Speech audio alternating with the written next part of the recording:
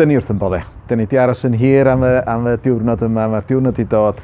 Lot o waith caled a pharatoi di bod a dyn ni wrth yn bodde. Mae'r plant di setlo fewn ebyn hyn a mae werth gweld eu gwynebau nhw.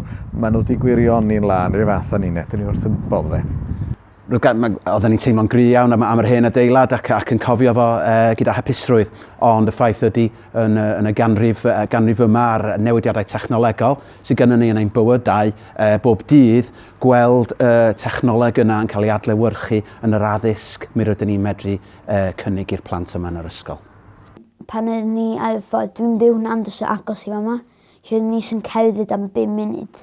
A ta ni'n cerdded ni sy'n meddwl be fyddwn ni'n neud, sut fydd y dosbarthiadau, faint o le fi gen ni, a mae di plesio.